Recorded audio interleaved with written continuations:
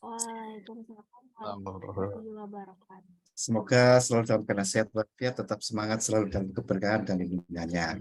Tadi sudah diperkenalkan ya oleh Ibu Marlina ya. Nanti sambil berjalan kita bertegur sapa ya antara saya sebagai pemateri dengan teman-teman semua di sore hari ini sebagai peserta webinar ya.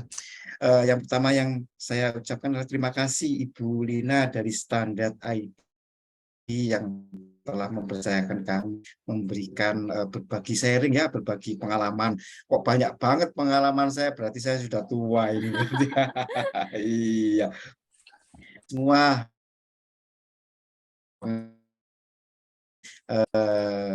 penyampaian materi saya harus memberikan safety induction ya. Ini standar ini dimanapun sebagai seorang K3 harus menyampaikan safety induction meskipun hanya sekilas saja. Saya mewakili lembaga Standard ID ya. Selamat datang di pelatihan sistem manajemen K3 dan lingkungan hidup pelabuhan. Nanti ruang lingkupnya pelabuhan. Jadi apa saja nanti mari kita berdiskusi ya, bertanya jawab. Materi sudah kami berikan, semoga mewakili dengan ruang lingkup di sore hari ini. Safety induction, saya sebagai pemateri, alhamdulillah telah standar BNSP ya, instruktur TOT. Saya harus menyampaikan safety induction walaupun sekilas ya. Anda melakukan kegiatan webinar di sore hari ini berada di meja kerja atau berada di sekitar ruangan Anda, pastikan peralatan listrik dalam keadaan aman ya, tidak tersandung, tidak fong, tidak setrum. Yang kedua, tengok depan, belakang, kiri, kanan, apakah ada gelas yang berisi air atau peralatan gadget Anda terlalu didekatkan di bibir meja, nanti khawatirnya jatuh ya. Dan yang terakhir, ini di dunia kerja, kalau ada yang sore di shift 2 atau Anda dimanapun berada, pasti ada kondisi emergensi situasi yang mana harus kita perhatikan. Bila mendengar, mengetahui, dan menjumpai kondisi darurat, baik itu kebakaran, ledakan, tidak menutup kemungkinan banjir, gempa bumi, dan huru hara ya. Tetap tenang dan jangan panik. Pastikan informasi tersebut benar adanya. Yang berada di rumah segera keluar, kalau gempa bumi ya. Yang berada di pabrik ya segera mengikuti menuju ke tempat evakuasi masing-masing. Demikian safety induction yang saya berikan. Materi malam hari ini kita lebih banyak berdiskusi aja ya Bapak-Bapak ya. Saya intip tadi ada Pak Ade Hudayana senior, Pak Yusuf pun juga berpakaian sebagai petugas K3 ya, senior juga, semua saya anggap senior lah dalam hal ini. Oleh sebab itu mari kita berdiskusi. Kalau mengupas tuntas selama 2 jam tidak habis Bu ya, karena apa? Sistem manajemen K3 itu berkembang, iya, terus menerus. Senang dengan materi K3 itu berkembang terus menerus Pak. Dari tahun ke tahun itu ada peraturan baru, ada referensi baru, ada teknologi yang baru berkembang. Tentang identifikasi bahayanya, tentang sistemnya itu sangat berkembang. Oleh sebab itu, sistem manajemen K3 itu berkelanjutan, tidak cukup ya 2 jam mengupas tuntas, tapi semoga saya dengan berbekal sekelumit kompetensi yang saya miliki mampu memberikan pelatihan yang menarik ya tentang sistem manajemen keselamatan dan kesehatan kerja di pelabuhan. Baik, para peserta, dalam melakukan kegiatan K3 ya, kita itu harus kuat di referensinya ya, harus kuat di peraturan perundangannya. Dengan berbekal referensi peraturan perundangan, dengan berbekal aturan-aturan yang ada, kita bisa menggali informasi, membuat standar operating prosedur, membuat langkah kerja, mengetahui apa saja bahayanya, terus kita bisa membuat prosedur, membuat apapun lah berdasarkan referensi yang tersedia. Kalau tentang K3 ya referensi pada umumnya peraturan-peraturan yang membahas tentang K3. Kalau tentang lingkungan ya referensi pada umumnya peraturan perundangan tentang lingkungan. Nah, kalau sistem manajemen pelabuhan apa Pak referensinya?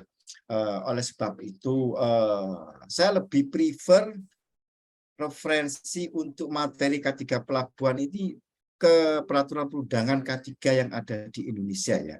Tidak menutup kemungkinan Bapak-bapak juga familiar dengan ISP Code. Nah, itu membahas tentang pelayaran, Pak. Membahas tentang keselamatan pelayaran. Nah, pada umumnya di pelabuhan itu sama, Pak. Pelabuhan pun juga tempat kerja. Di dalam tempat kerja itu pun, nah, persyaratannya apa ketika tempat kerja itu ada kegiatan pekerjaan, keselamatan, syarat-syarat keselamatan kerja itu apa ya dibahas di Undang-Undang Nomor 1 1970 ini. Nah, sebagai orang K3 ada Anda yang mengikuti seminar ya, seminar apa webinar ini atau apalah namanya ya, sharing session di sore hari ini harus kuat tentang peraturan perundangan, harus punya pegangan, Pak. Ya. Pertama, hierarkinya adalah Undang-Undang 1 1970. Terus saya juga lebih prefer untuk sistem manajemen K3 adalah peraturan pemerintah nomor 50 tahun 2012.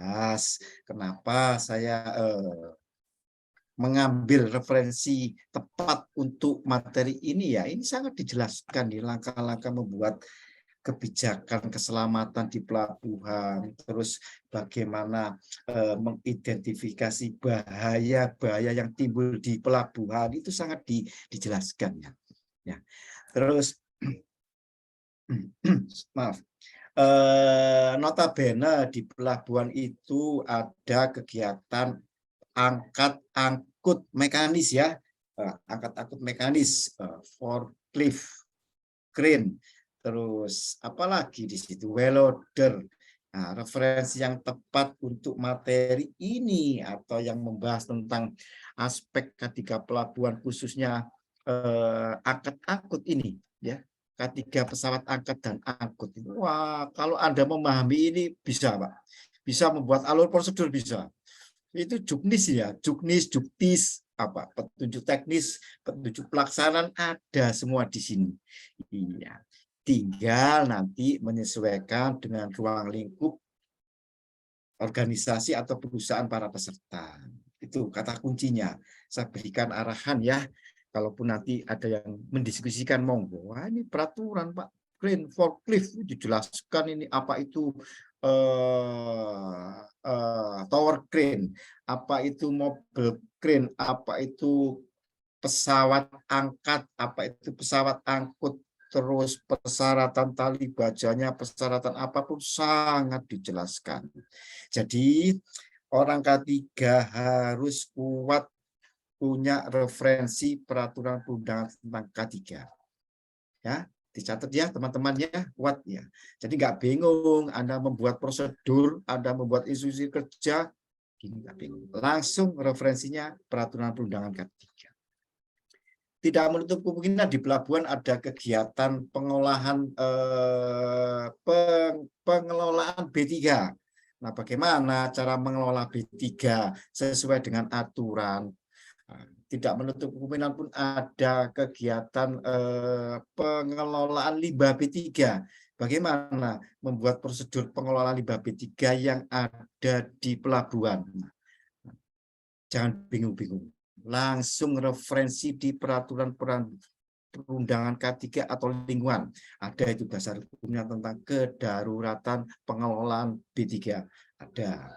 Jadi gampang, Anda nanti diarahkan fasilitas tanggap daruratnya, terus peralatan tanggap daruratnya di pelabuhan itu sangat dijelaskan di peraturan tersebut. Tidak saya jelaskan di sini ya. Begitu teman-teman ya. Oleh sebab itu setiap materi yang saya buat lebih-lebih di malam hari ini materi yang kita bahas adalah K3, sistem manajemen K3 pelabuhan. Referensi yang saya berikan 3 saja ya. Sebenarnya sih bisa lebih melebar ya, lebih luas ruang lingkup pelabuhan itu. Di situ ada kegiatan transportasi, ya hilir mudik, ada apa namanya lalu lintas. Iya, ruwet Pak kalau di pelabuhan Pak. Saya bisa membayangkan, walaupun saya pernah sih ke Perak, pernah ke Teluk Lamong, hanya sebatas lewat saja ya bisa membayangkan banyak potensi bahaya di sini. Oke, baik. Pendahuluan. Teman-teman, begini, pelabuhan merupakan salah satu tempat kerja yang memiliki risiko yang sangat tinggi, pasti cukup tinggi. Berdasarkan apa ya? Berdasarkan semua aspek kegiatan yang ada di pelabuhan tersebut. Tadi sudah saya sebutkan, pada umumnya ada transportasi, ada kegiatan angkat dan angkut, Bapak-Bapak. Iya, angkat dan angkut. Lebih-lebih ada potensi bahaya tercebur, bahkan tenggelam. Oleh sebab itu diperlukan sebuah sistem cara. Iya, sistem itu kan cara ya, bagaimana agar di dalam melakukan kegiatan khususnya di pelabuhan ya aman, cara tidak hanya bermodal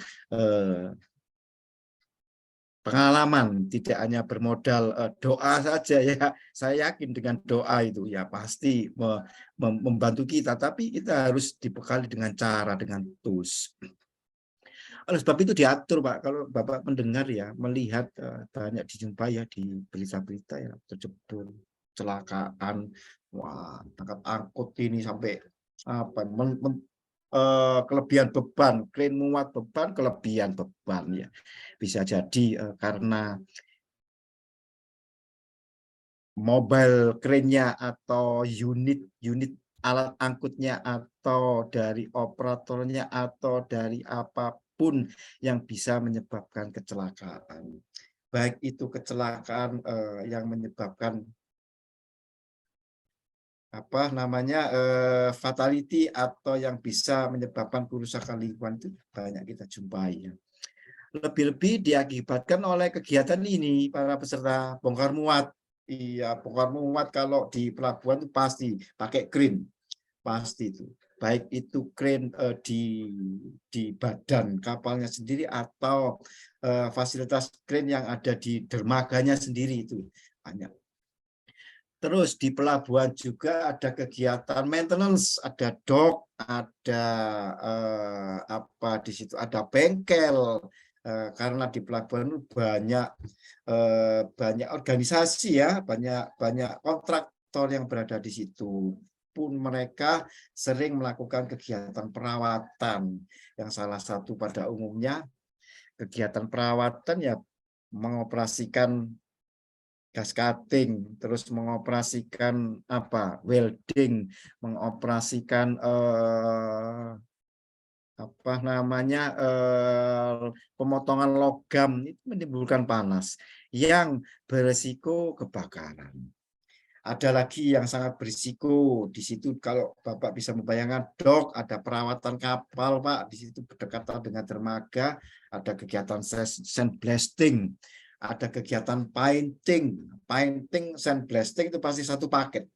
Sebelum kapal itu dipainting pasti diblasting. Itu. Sebab itu bahaya di situ, potensi bahaya sandblasting Bapak bisa pelajari sendiri di situ ya, terpapar tembakan pasir itu bisa sakit ketika kontak dengan tubuh.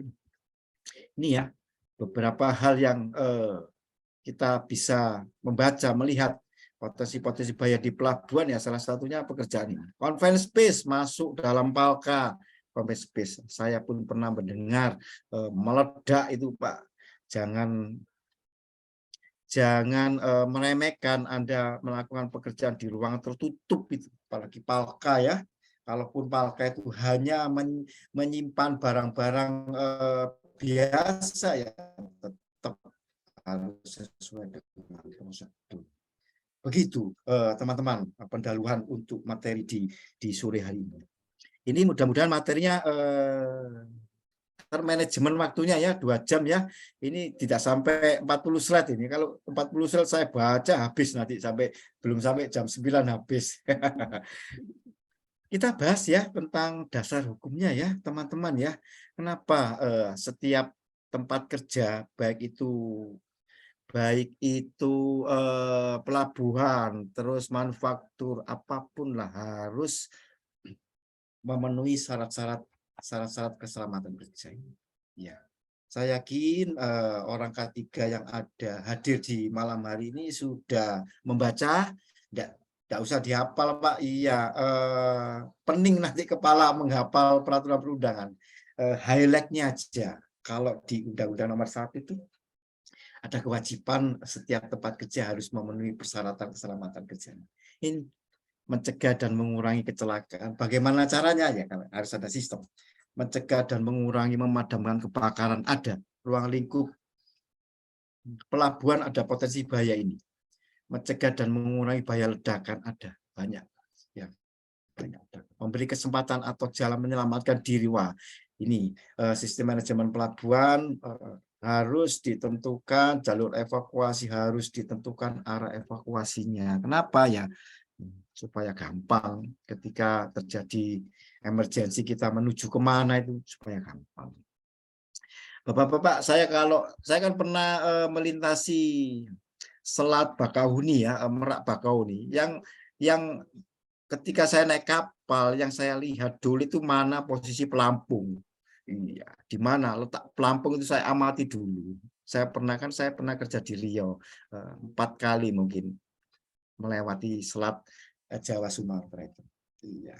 Karena apa? Prosedur kondisi darurat tidak dijelaskan secara detail ya oleh petugasnya. Hanya kita harus bisa mengamati itu. Kalau Anda punya naluri K3, naluri keselamatan ya di mana ini? Saya harus lari kemana? Oh, di sini ya sudah tak titeni. Saya kasih highlight tanda. Oh, di situ. Jadi begitu. Pentingnya informasi itu penting. Terus memberi pertolongan P3K ini kan ada aturannya ya. Ketika kecelakaan, orang banyak Pak, kecelakaan mau kemana kita, terus menghubungi kemana, ini harus tim yang bekerja ini. Kalau Anda kontraktor bekerja di pelabuhan ya organisasi Anda bentuk untuk membuat sebuah prosedur penanganan kecelakaan kerja. Ini kan sebelah saya kan sedang ada pengajian ya. Saya tak geser di kamar aja ya biar pelatihan ini. Iya Pak, boleh Pak. Malam Jumat sih Pak ya. Iya. Pas jadinya. Sudah nggak terlalu noise ya? Oke, enggak Pak. Alhamdulillah. Saya lanjut Bapak-bapak. Tidak saya baca satu-satu ya dasar hukumnya Pak. Oleh sebab itu Anda akan terbayang bagaimana membuat sebuah sistem manajemen K3 lingkungan pelabuhan dengan persyaratan ini. Iya, bagaimana mengurangi kecelakaan, manajemen risiko, bagaimana mencegah, mengurangi, memadamkan kebakaran, manajemen tanggap darurat harus ada di pelabuhan. Bagaimana mencegah, mengurangi bahaya ledakan, SOP, izin kerja untuk area-area yang berpotensi bahaya ledakan. Ya, bagaimana memberi kesempatan atau ini kan prosedur kondisi darurat harus dibuat. Ya, P3K. Terus APD, berarti harus ada APD ketika Anda bekerja di pelabuhan atau membuat sebuah sistem manajemen K3 pelabuhan ya. Dan seterusnya. Ya Bapak-bapak ya. Contoh di sini yang nomor Q, mencegah terkena aliran listrik yang berbahaya. Nah, bagaimana saya sebagai petugas K3 membuat sistem manajemen K3 pelabuhan ya harus ada prosedur LOTO. Lockout take out ya sistem Pak. Oleh sebab itu terjawab sudah dengan dasar hukum Undang-Undang Nomor 1 1970 saya Anda semua punya gambaran bagaimana membuat sistem manajemen K3 pelabuhan. Saya tidak terlalu ngegaspol ya. Soalnya orang K3 Bu. Jadi harus banyak ngomong orang ketiga itu ya, benar ya Pak Yusuf Iya, ya, Pak Ade Udayana. Iya, orang ketiga harus cerewet banyak ngomong. Betul. Kalau nggak cerewet bukan orang ketiga ya Pak ya. Iya, baik teman-teman semua, sangat penting membuat sebuah sistem. Iya, kita nggak bekerja sendiri. Iya, capek Pak kalau orang ketiga bekerja sendiri, apalagi pelabuhan Pak. Taruhlah kita ditugaskan di pelabuhan dengan tenaga kerja 10 atau 20 orang. Nggak mungkin kita mengawasi 20 orang bekerja di pelabuhan, itu harus punya sistem Pak. Oleh sebab itu, secara keseluruhan Teluk Lamong, Tanjung Perak, Tanjung Priok, Tanjung Emas ya kalau tidak salah ya, di Gade Tanjung Emas itu ya, sudah punya sistem Pak. Dan semua yang terlibat, kontraktor siapapun, mereka akan dipanggil untuk menerapkan sistem yang diterapkan, yang telah dibuat oleh pelabuhan itu sendiri. Jadi sebuah koordinasi, terciptanya sebuah sistem Pak. Iya, begitu. Gambaran umumnya pentingnya penerapan sistem manajemen kan ini tidak main-main teman-teman. Anda sebagai orang K3 harus paham definisi K3 ini yang buat ini orang-orang pandai nih. K3 adalah ini segala kegiatan untuk menjamin dan melindungi keselamatan tenaga kerja. Fokus di tenaga kerjanya. Iya, kalau peralatan bisa dibeli, bisa diganti, bisa dirawat. Kalau orang terjadi kecelakaan, aduh, gimana caranya ganti?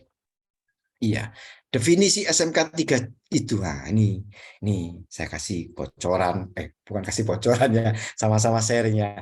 Definisi SMK 3 itu sistem manajemen keselamatan, bagian dari sistem manajemen perusahaan. Perusahaan kan punya sistem manajemen mutu, punya sistem manajemen induk pun juga. Nah, SMK 3 itu bagian dari sistem manajemen perusahaan yang mengelola ini. Risiko, mengendalikan risiko, Pak. Risiko bahaya tidak bisa kita hilangkan. Kita bekerja itu berdekatan dengan bahaya. Kita bekerja di pelabuhan berdekatan dengan hilir mudik lalu lintas pelabuhan, berdekatan dengan potensi bahaya tercebur tenggelam.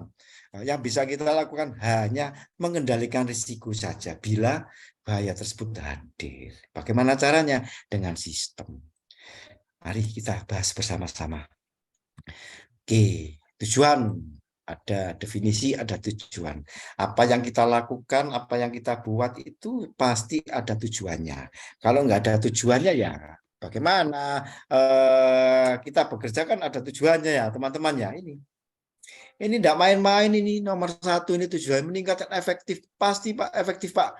Jadi jangan patah arang.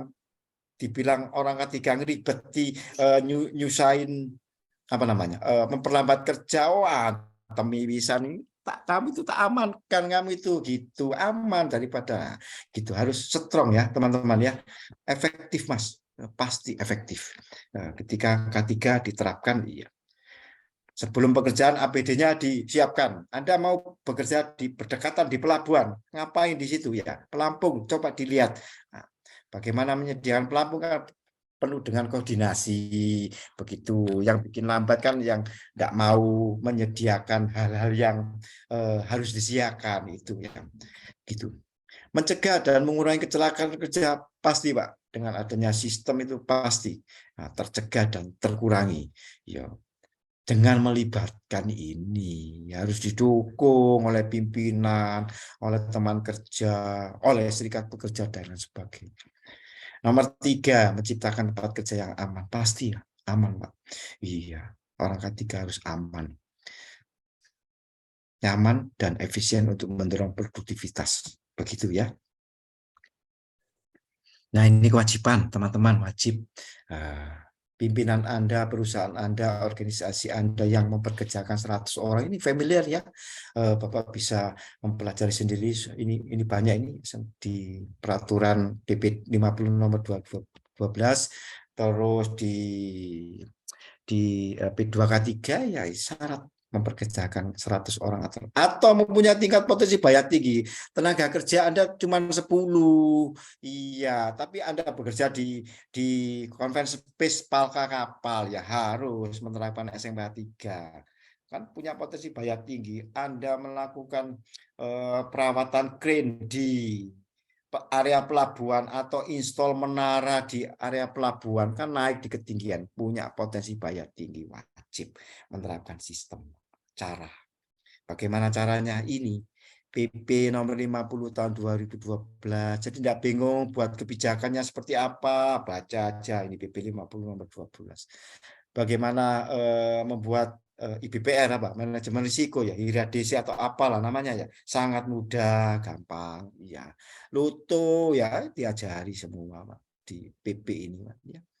Jadi orang ketiga tidak hanya kuat di lapangan, harus memahami sistem manajemen K3. Itu. Teman-teman harus di-on-kan semua ya. Videonya ini saya ngomong dengan siapa ini? Kok pada tidak on semua ini? Oh, Pak Yaya Setiadi. Ya, salam kenal Pak Yaya, Pak Rahmat ya. Nah, di-on-kan semua. Iya, ibaratkan kita meeting ya, meeting bersama petinggi-petinggi direktur harus di-on-kan Pak ya. Oke, lanjut. Ini masih pendahuluan ya. Kenapa di pelabuhan tersebut harus ada sistem manajemen K3 karena sering dan pernah dan bahkan sering terjadi kecelakaan. Bapak-bapak sudah familiar penyebab terjadinya kecelakaan itu ada dua Pak pada umumnya ya, unsafe action dan unsafe condition. Nah, kalau Anda memperkirakan kenapanya, dari mana asal usulnya, penyebabnya apa, boleh secara aktual Anda sesuai dengan pengalaman para peserta. Tetapi lagi-lagi kenapanya, penyebabnya karena apa, sangat diarahkan di ini. Surat keputusan Direktur Jenderal Pembinaan Hubungan Industrial dan Pengawasan ini. Jadi tidak bingung saya, tinggal centang. Kenapa terjepit poros berputar, centang. Kenapa terpapar panas, centang. Tinggal membuat sistem yang paling gampang. Ini Pak. Ini. Nah ini. Orang-orang pandai, kita tinggal menjalankan saja ini.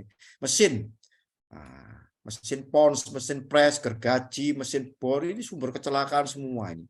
Penggerak mula, penggerak Pak, motor, angin, banyak Anda jumpai di pelabuhan. Ya. Lift ini kan peralatan angkut untuk memindahkan barang atau orang dari elevasi rendah ke elevasi tinggi. Lift ini. Pesawat angkat ya, memindahkan barang ya dari satu tempat ke tempat lainnya. Conveyor, pesawat angkut. Nah, kalau di tempat kerja Anda ada semua ini, berarti ini adalah sumber kecelakaan. Iya. Spesifik, apa namanya mesin, apa namanya alat transmisi, ini kan spesifik nanti. Binatang, permukaan lantai, dan lain-lain, perancah, tangga, peti, kaling ini. Jadi terbayang kita, tergambarkan sumber-sumber kecelakaan itu dengan referensi peraturan perundangan.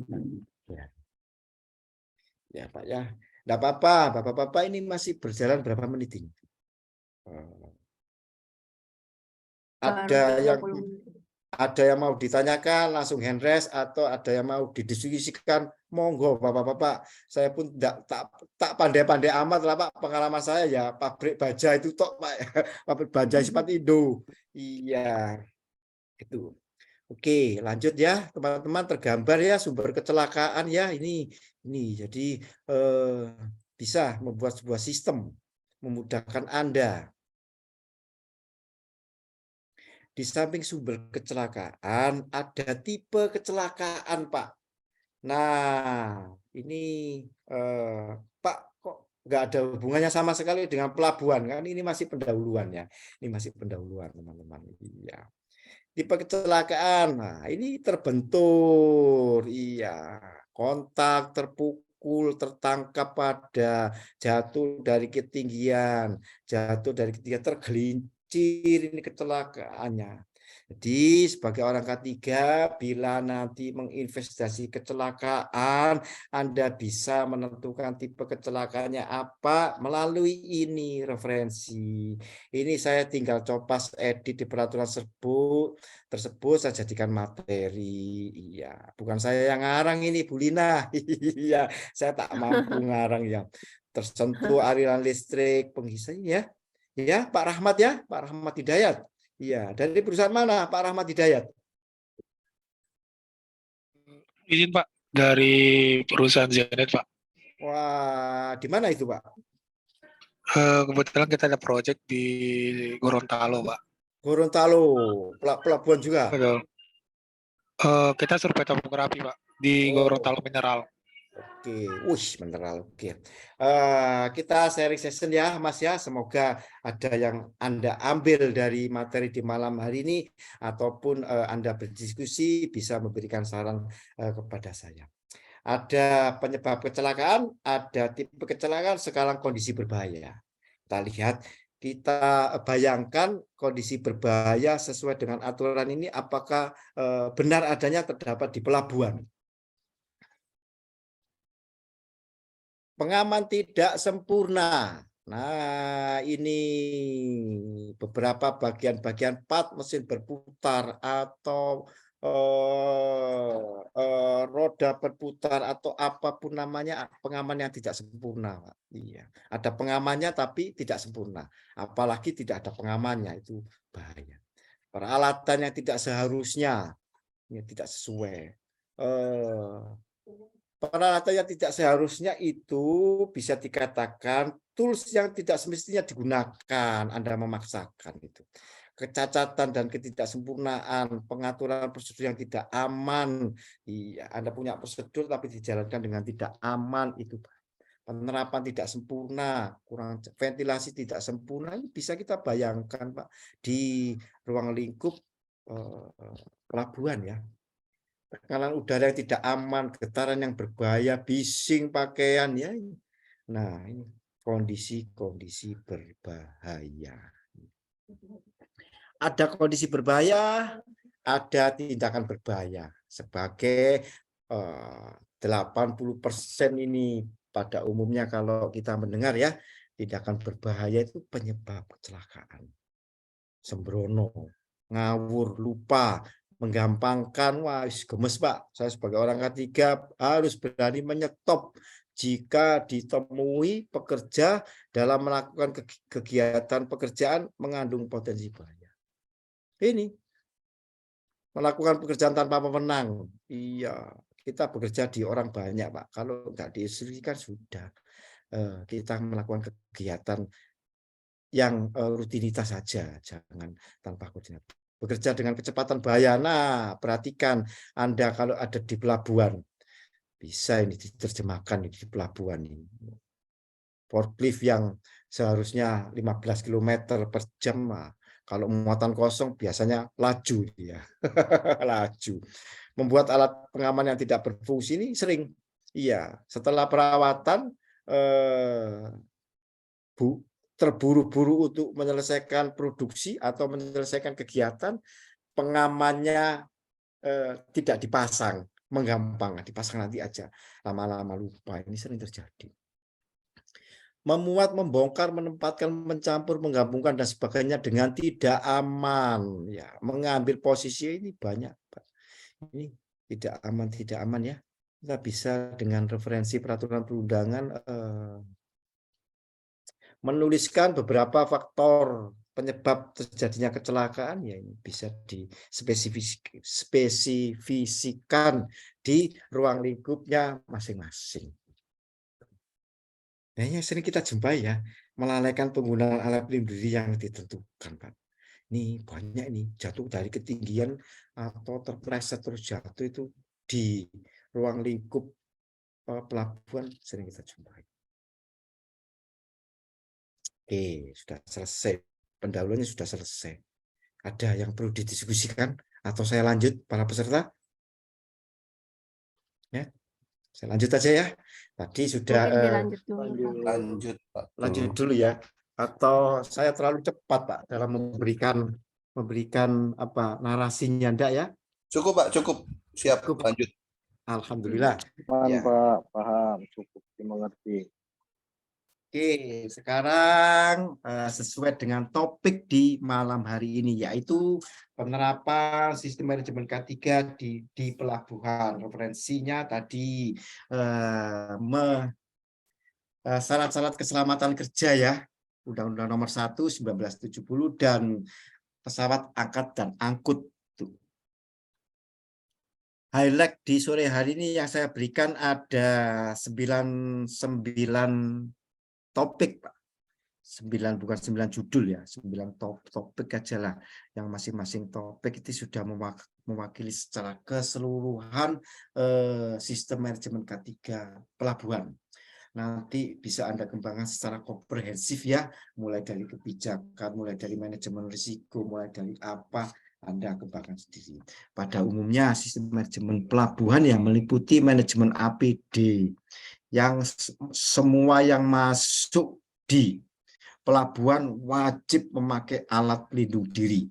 Ya, bukan helm saja, rompi. Jadi terlihat Anda berada di pelabuhan, itu terlihat kalau itu orang sedang berjalan.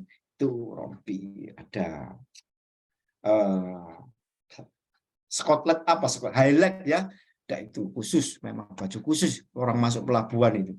Beda dengan pengunjung atau kalau di pelabuhan penumpang kan sudah ada sendiri penumpangnya, khusus untuk penumpang ya, enggak perlu diwajibkan memakai APD karena sudah tersistem sendiri. Pengaturan lalu lintas ini penting, iya, pelabuhan itu harus ada. Iya, pedestrian, area parkir Pak, iya, kalaupun dia hanya berhenti sementara tetap harus ditetapkan di mana sebelum ngantri bongkar atau sebelum ngantri muat itu harus ditetapkan. Alat bergerak, wah ini sistemnya bagaimana untuk memastikan bahwa alat bergerak ini aman ketika masuk di area pelabuhan. Sudah pasti dari administrasinya, kendaraan tersebut harus layak, orangnya pun harus punya SIM, terus kecepatannya pun harus ditentukan. Tuh, bongkar muat, yang lebih penting ya alatnya pun juga, orangnya pun juga, ya, prosedur bongkar muat di pelabuhan. Selanjutnya bekerja pada ketinggian, notabene kegiatan di pelabuhan 50% bahkan 60% ya bekerja pada ketinggian ya. Definisi bekerja pada ketinggian kan bila ada perbedaan ketinggian yang menyebabkan tenaga kerja atau orang lain celaka. Iya, kan terjebur itu bekerja di ketinggian itu Anda itu. Iya. Kalaupun hanya di tepi dermaga ada potensi tersebut, Anda sudah termasuk bekerja pada ketinggian. Keselamatan kapal sandar hanya sekelumit Pak. Kalau untuk ini Pak, ini lebih ke ISP Code ini ya, keselamatan kapal sandar ya. Saya hanya membahas tentang tali tambangnya aja, hanya membahas tentang kode apa ya, kode parkirnya ya. Ini khusus, ini saya tak mampu membahas lebih detail untuk keselamatan kapal sandar.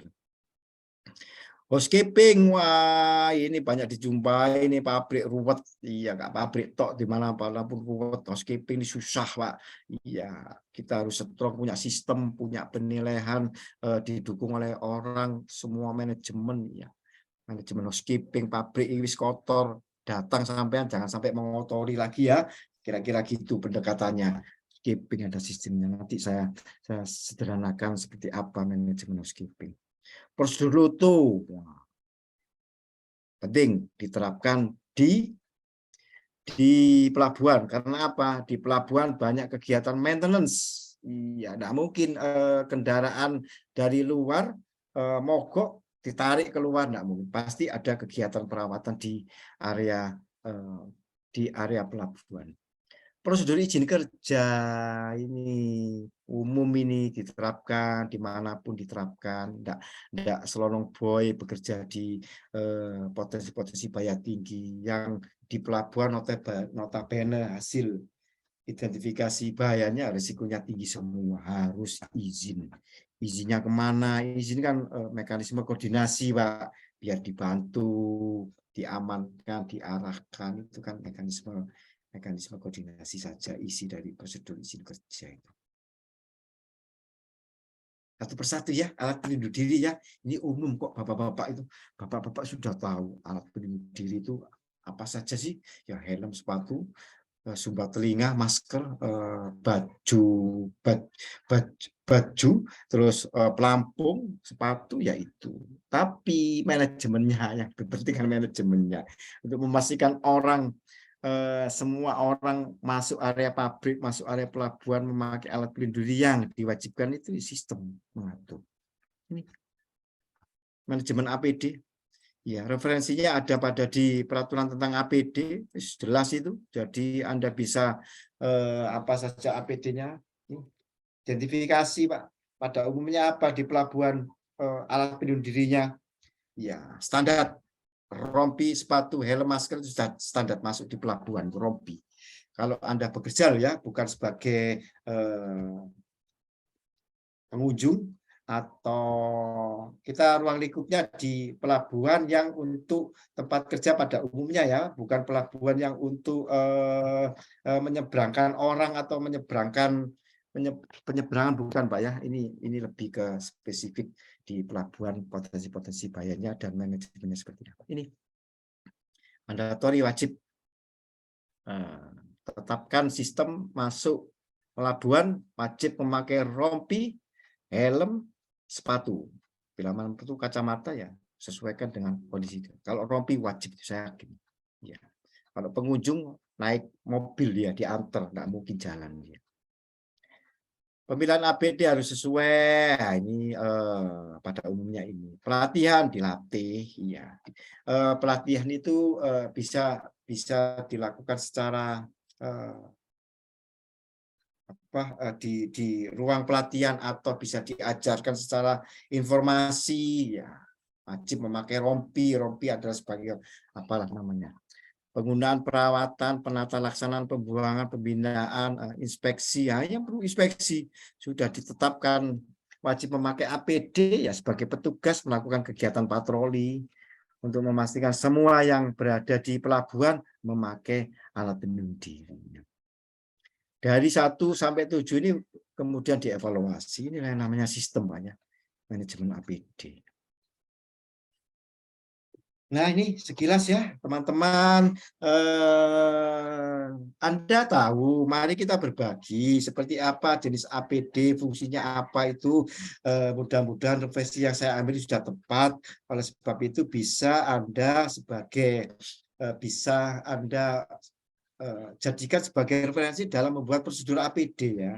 Nih, definisinya ini pelindung kepala, Pak. Bukan helm. APD itu apa? Helm itu jenisnya. Kalau ini meliputi ini pelindung kepala, pelindung mata atau pelindung telinga, pelindung pernapasan, pelindung tangan, pelindung kaki, pelindung, oke ya. Jelas kok ya teman-temannya. Pelampung harus ini. Fungsi ya Anda bisa saya skip ya teman-teman ya. Ini mudah-mudahan tidak boring. Ya, APD lagi ya.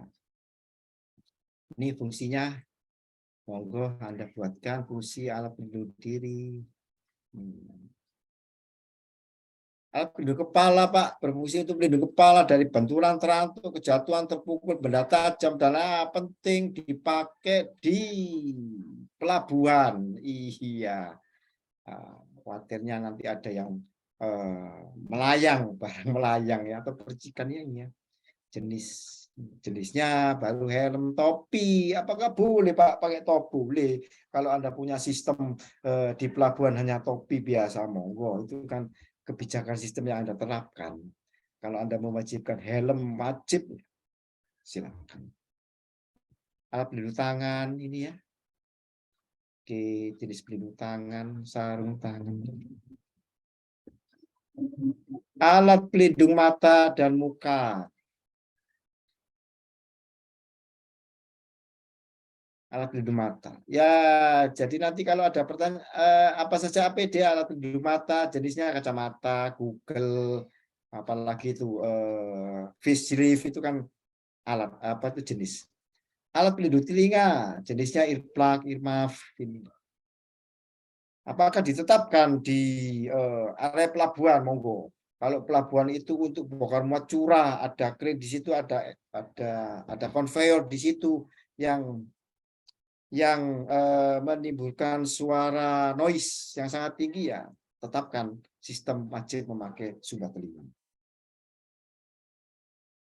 Alat pelindung pernapasan kondisional ya.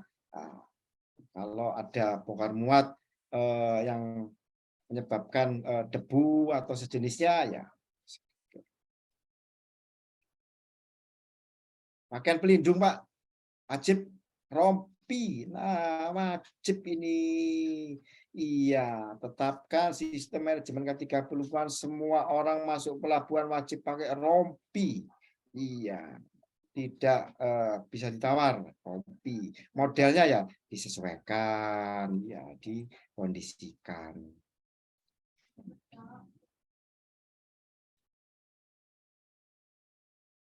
Alat pelindung jatuh untuk Anda yang bekerja di pelabuhan, naik pada ketinggian pakai scaffolding atau manjat badan kapal atau seperti apa, pakai alat pelindung jatuh.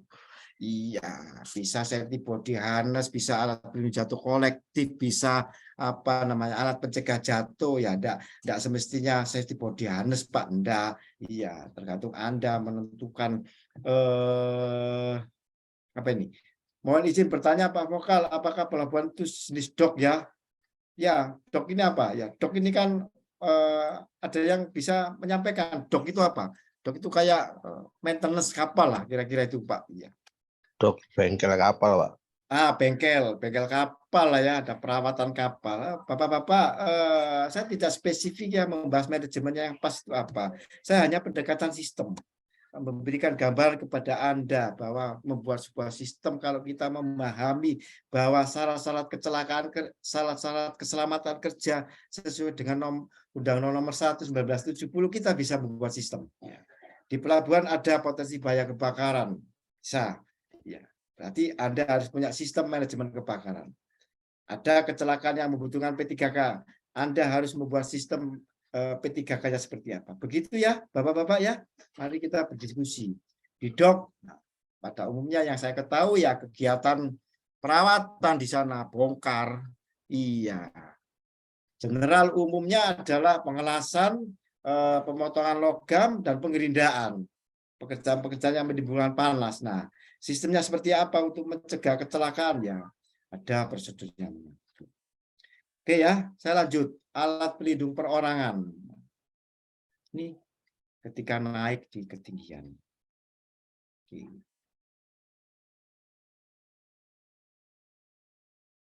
Teman-teman, semoga saya tidak terlalu menggebu-gebu atau tidak terlalu mendramatisir, tidak terlalu yoyo ya. Saya orang ketiga suaranya cempreng begini ya, Pak Ade Udayana. Mohon izin Pak, iya, Lanjut, cempreng. Pak. Tidak masalah, Pak. Ada yang tegas plus enggak, saya orang ngampu ya, ini tegas ya. Pelampung, nah, apakah diwajibkan memakai rompi pelampung ketika Anda masuk pelabuhan? Silakan disesuaikan dengan potensi bahaya. Berjarak 50 cm dari tepi dermaga wajib memakai rompi pelampung. Nah, silakan tetapkan. Begitu sistem yang ada di pelabuhan. Iya. Di pelabuhan pun kalau sudah tersistem pasti ada pelampung terdistribusi di tempat-tempat yang strategis ya, dan menyolok itu tepatnya pasti itu. Oke, cukup ya APD ya. Nah, artinya apa? Pastikan sistem manajemen K3 lingkungan di pelabuhan memuat kewajiban memakai alat pelindung diri masuk atau bekerja di pelabuhan.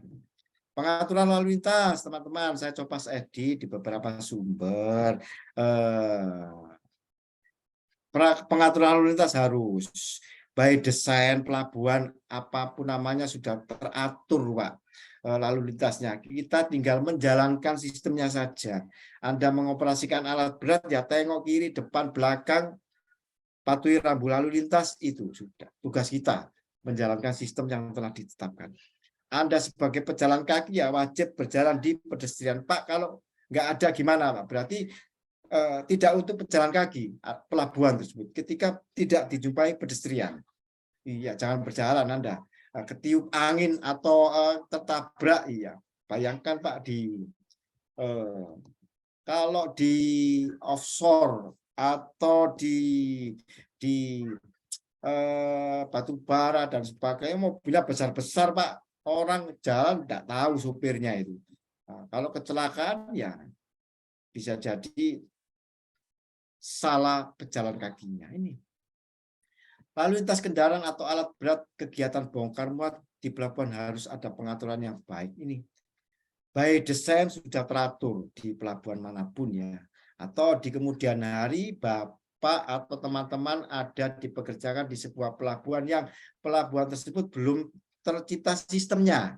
Nah, Anda bisa membuat sistem baru yaitu lalu lintas. Diskusikan dengan tim yang ada di sana. Dari mana? Ya, supaya apa masuk dan keluarnya gampang.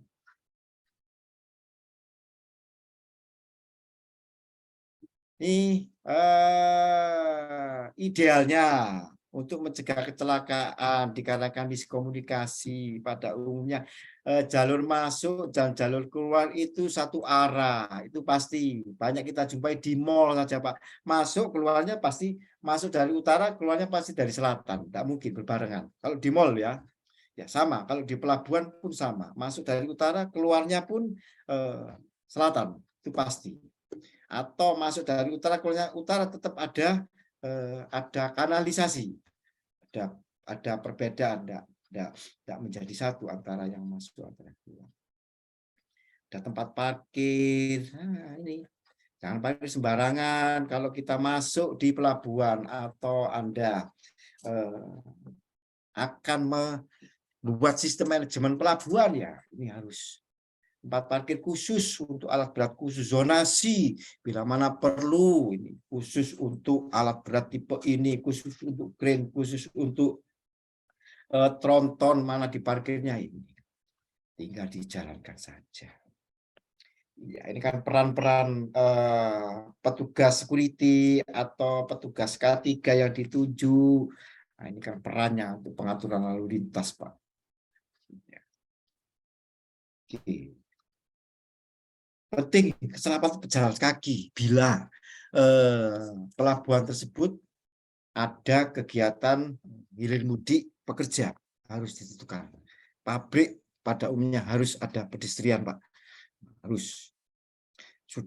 Kendalanya kan ketika sudah dibuatkan pedestrian, kita tidak mau berjalan di pedestrian ya. Seperti itu Ibu Liana ya. Iya, enggak mau, jarang. Jadi penyebab kecelakaan ya pada umumnya pelanggaran. Kalaupun itu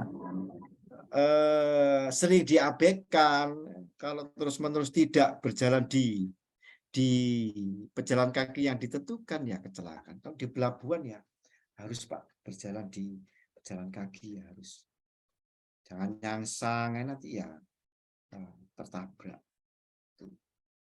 By desain pelabuhan internasional pun sudah terinstall ini Pak. Atau Anda bekerja di K3-nya pelabuhan ya, pastikan pejalan kakinya apakah ditambah, apakah perlu direvisi dengan mengamati ke perkembangan ya, perkembangan yang ada pada saat ini bisa direvisi ya. Perankan fungsi yang Anda lakukan. Nih, nah ini Pak harus ada proses keselamatan. Ini kenakan rompi, sepatu pelindung, jaga jarak aman. Nah, ini kan bisa dijadikan sebuah instruksi kerja atau standar operating prosedur bagi pejalan kaki. Perhatikan ini 1, 2, 3, 4 sampai 9. Ini sudah. Bu, ini sampai jam 9 atau ada sesi break? Sampai jam 9. Sampai jam 3, 9 ya. iya, betul Pak. 15 menit nanti tangannya jawab. Sampai jam 9.30. Setengah 10 berarti, Bu. Enggak, jam 9 Pak. Just kidding ya, teman-teman ya. Iya. Oke, nih zebra cross, tempat penyeberangan dibuat, Pak. Amati. Kalau Anda bekerja di lagi-lagi ya, bekerja di pelabuhan, oh ini lalu lintasnya sering ya, kasih zebra cross biar tersistem. Ini ya.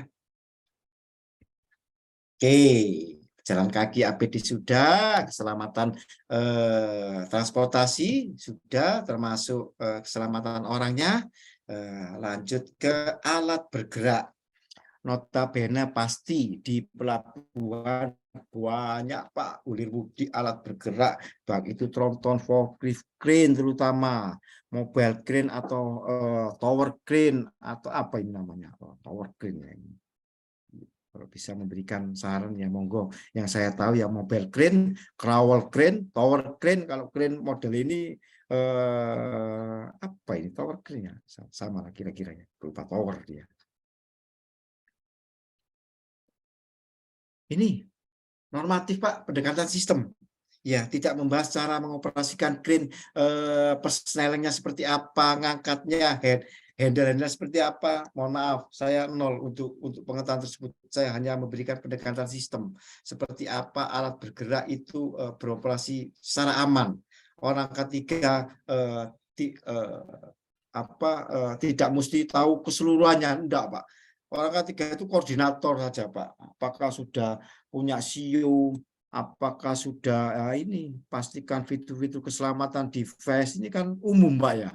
Ya, bagaimana memastikan fitur keselamatan ya yang tahu alat berat lainnya. Ini umum ini. Kalau membuat ini orang ketiga pasti paham lah. Saya pun juga bisa dengan referensi yang ada. Pastikan operator pengemudi telah memiliki kecakapan, dibuktikan dengan SIU atau SIM. Tuh, harus Pak ya punya SIU. Semua alat berat atau alat bergerak, alat transportasi yang dioperasikan di pelabuhan harus punya sertifikat atau lisensi, orangnya harus punya SIU, harus. Kenapa Pak? Ketika terjadi fatality menyebabkan korban, ada dua investigasi itu, investigasi administratif dan investigasi teknis yang saya ketahui. Lengkap enggak apa kalau nggak lengkap sudah enggak dilanjutkan, investigasi sudah salah, langsung sudah salah. Nggak ada apa-apanya kalau dioperasikan. Kalau Anda nggak mengoperasikan aman, itu nggak terjadi kecelakaan, itu sudah Pak, langsung salah. Orangnya nggak punya SIM sudah salah, sudah nggak diteruskan investigasinya, langsung di BAP salah. Iya, nggak punya SIU mengoperasikan, kenapanya nggak ditanya sudah. Kenapanya sudah jelas, operator tidak mempunyai SIU, selesai sudah. Tuh. Polisi gampang. Jadi itu ya, pastikan Anda bekerja di pelabuhan semua. Hilir mudik alat berat layak. Memastikannya gimana ya, koordinasi Anda. Baik, ini fitur-fitur perhatikan posisi berjalan kaki. Ya ini saya sebagai operator alat berat ya. Iya, harus mengamankan alat yang saya kemudikan dong Pak. Iya, dengan bagaimana ya, dengan ini. Dilarang memutar musik, gunakan sabuk keselamatan jika kendang rusak. Nah, sering kita lupa, gampang. Oke lah, kalau lupa langsung segera ditindaklanjuti. Oke. Nih, kalau prosedur keselamatan untuk unit alat bergeraknya menyesuaikan dengan manual booknya atau bisa dirangkum menjadi seperti ini ya, umum ini ya.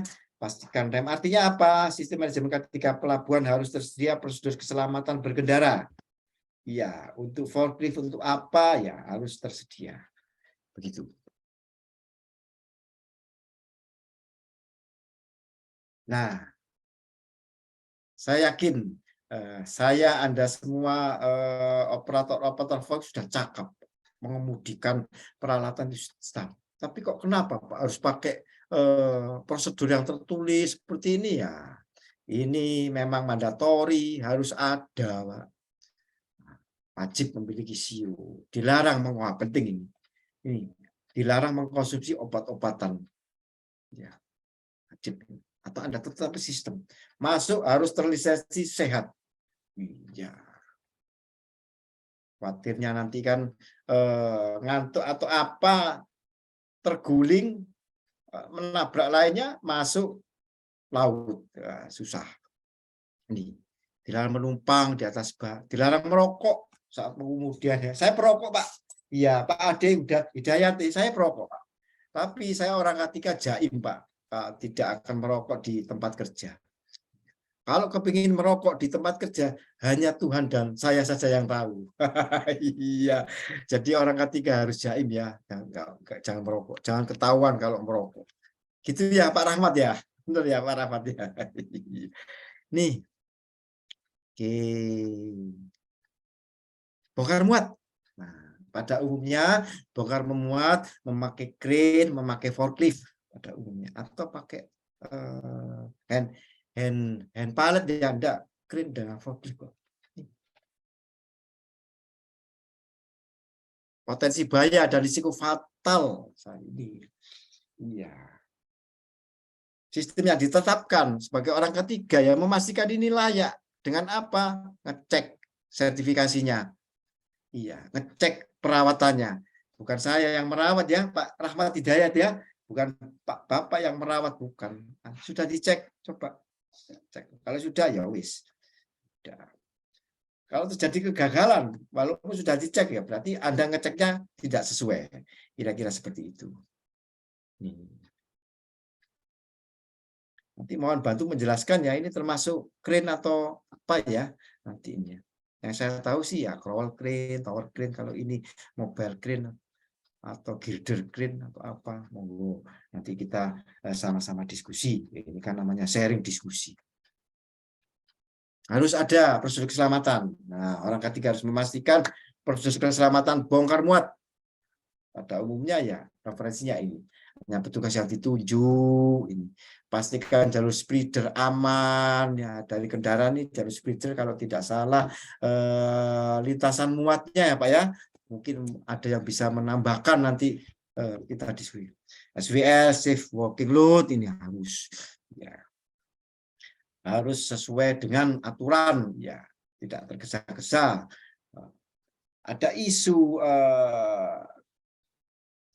siapa yang mempercepat bongkar muat, ada fee-nya, isu aja banyak. Itu hal-hal yang tidak boleh sebenarnya ya, yang menyalahi aturan sehingga nanti dikhawatirkan terjadi kecelakaan.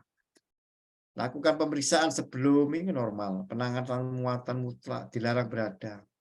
Sistem harus ini. Intinya prosedur keselamatan bongkar muat harus tersedia, harus disosialisasikan, harus semua orang tahu.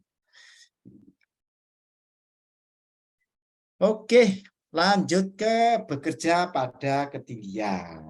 Nah, ini apa Pak hubungannya dengan pelabuhan ya? Ada lah ya.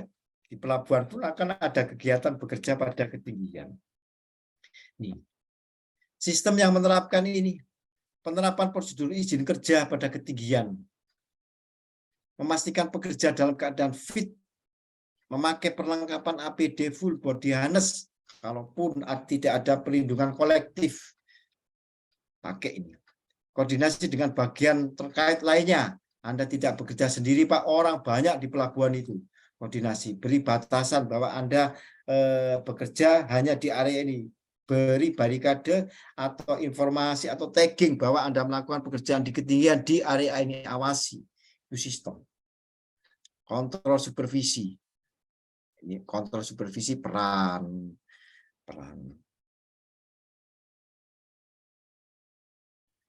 Ini sekelumit ya teman-teman ya. Nanti mungkin dari beberapa peserta ada yang mewakili atau bisa menjelaskan tentang keselamatan kapal. Saya hanya memberikan satu slide saja. Pada umumnya kapal-kapal yang berkunjung atau sandar itu diklasifikasikan. Kapal ini sudah siap sandar, dipanggil sudah, masih di tengah itu Pak, belum sandar, lalu sandar, bongkar muat, sistemnya seperti itu. Ya. Point of work ini titik. Anda melakukan akses masuk ke kapal ketika Anda ada koordinasi masuk ke kapal atau kapal keluar pasti ada point on work, satu pintu di situ. Apabila ditemukan adanya ketidaksesuaian kekurangan ya maka harus dilakukan sederhana Pak ya. Dengan keterbatasan saya sebagai pemateri memahami keselamatan kerja di pelabuhan, saya hanya menyampaikan sekilas saja tentang keselamatan kapal. Nah ini ya manajemen housekeeping untuk Anda yang di dock, bengkel atau punya workshop sementara punya site di pelabuhan. Pihak pelabuhan pasti menerapkan Anda berada di situ harus menjaga kebersihan. Bila tidak menjaga kebersihan ya ada bentuk penaltinya. Nih, ada umumnya ini. Mengarah lebih ke manajemen 5R, ringkas, rapi, resik, rawat, dan rajin. Bagaimana caranya ya? Dibuatkan sebuah sistem, diciptakan Pak, bengkel dimanapun mohon izin. Saya orang ketiga, hampir seumur karir saya kerja di pabrik, bengkel ya wis ruwet, begitu ya Pak Rahmat Hidayat ya. Iya ruwet. Bagaimana caranya ya? Kita merayu Pak. Ya Pak Rahmat tidak kita rayu, ayo Mas, ini Mas, jangan sampai Mas itu kotor Mas kecil. Kalau kita punya titel di sini level manajer langsung disuruh lah. Ya begitu ya Pak Rahmat ya. Tidak berani mereka ada manajer ya. Berhubung kita hanya officer susah, ujung-ujungnya kontok-kontokan. Begitu ya. Tapi dengan pendekatan mau kok mereka diajak. Ayo Mas, gini Mas. Nanti terbakar susah loh Mas. Nanti kita kena tilang petugas pelabuhan. Harapannya Anda menciptakan sebuah sistem manajemen K3 di pelabuhan ruang lingkupnya, salah satunya adalah manajemen kebersihan. PT Dock, bongkar perawatan atau bengkel. Nih pekerjaannya ya maintenance. Terapkan prosedur lokot tekot, gampang kok ini ya. Pekerjaan-pekerjaan yang menimbulkan bahaya mekanik atau bahaya elektrikal atau bahaya energi, pelepasan sumber energi ya. Ada sisa atau apa, kuatirnya nanti terjepit, tersetrum, terplanting, kena gas, valve masih belum bersih, belum di flashing dan sebagainya, energinya masih tersisa. Terapkan prosedur lutu apapun ya. Mas, perbaikan apa Mas? Dandani mesin, lokot tekot Mas ya. Iya, kunci sudah dikunci Mas. Iya. Nah, peran ketiga kan bertanya. Ini mekanikal elektrikal. Sederhana Mas. Iya, prosedurnya bisa Anda pelajari di materinya. Mohon silakan dikoordinasikan dengan moderator untuk mengakses materi. Gampang kok ya. Ya, mekanisme koordinasi Pak, izin saya mau perbaikan itu apa Mas yang harus saya lakukan. Nah, ini lutu pasang ya, mana-mana yang bahaya sampai kunci pasang, aman, sudah aman, oke kerja. Ketika sudah kerja sudah selesai, dirapikan semua peralatannya Mas, jangan sampai ditinggalkan. Sudah aman, lepas lutu, jalan sudah operasi. Sederhana ini. Dikit selesai. Izin kerja ini wajib, petakan atau identifikasi di tempat pelabuhan mana-mana saja yang harus ada izin kerja. Listrik-listrikan, ada panel di situ, atau Anda mau mencari sumber listrik di area pelabuhan harus izin. Pekerjaan di ruang sempit, ruang apa definisinya confined space, bekerja di ruang tertutup atau apa ya, nanti kita bahas ya. Ruang terbatas. Ruang terbatas, Pak Ade Udayana. Ruang terbatas, confined space, ruang terbatas ya. Itu confined space harus banyak kita jumpai Pak. Gorong-gorong itu confined space. Kalau ada palka pada umumnya confined space. penggalian, ya, ketinggian, berhubungan dengan panas, pekerjaan penanganan mekanis harus ada mekanisme izin kerja. Prosedurnya ya tinggal centang-centang saja Pak, apakah aman, ya kita tinggal mematuhi, mengikuti, menyediakan peralatan yang aman seperti apa. Wajib ini, kalaupun kita sebagai kontraktor di pelabuhan ya juga diwajibkan oleh pihak pelabuhannya. Bekerja di sini Pak, iya. Kenapa harus ada izin kerja? Ya pekerjaan panas ini, fabrikasi, karena potensi bahaya terbakar, potensi bahaya meledak. Di ruang terbatas, iya Pak Ade Udayana. Iya ini saya lupa atau tidak tahu bekerja di ruang terbatas tepat. Cleaning palka, painting palka ya, iya. Bagian dalam, bagian luar di painting itu pada umumnya itu harus menerapkan izin kerja. Ini Pak. Tambahan sedikit Pak, Ya, untuk Pak yang Hadi. confidence space itu biasanya itu ditambahkan gas detector Pak sebelum si pekerja memasuki area kerja Pak, karena kita Oh, tidak tahu potensi di dalam tangki itu apakah itu metanol atau gas yang mudah terbakar atau meledak Pak. iya, Gas iya. detector gitu Pak. Ya, pengecekan kandungan gas sebelum bekerja ya. Oke, Betul ya, noted. pengecekan gasnya Pak. Mas Rahmat Hidayat, wah ini bisa menjadi tambahan-tambahan wawasan. Nah, dengan begini kan kita bisa merevisi materinya atau Bu ya. Iya, ini yang betul, namanya seminar. Terima kasih Mas Rahmat Hidayat. Ya. Sami-sami Pak, sami-sami. Tuh, sama di Gorontalo kok bisa bahasa Jawa ini. Jangan-jangan orang Oke Jawa. Pak.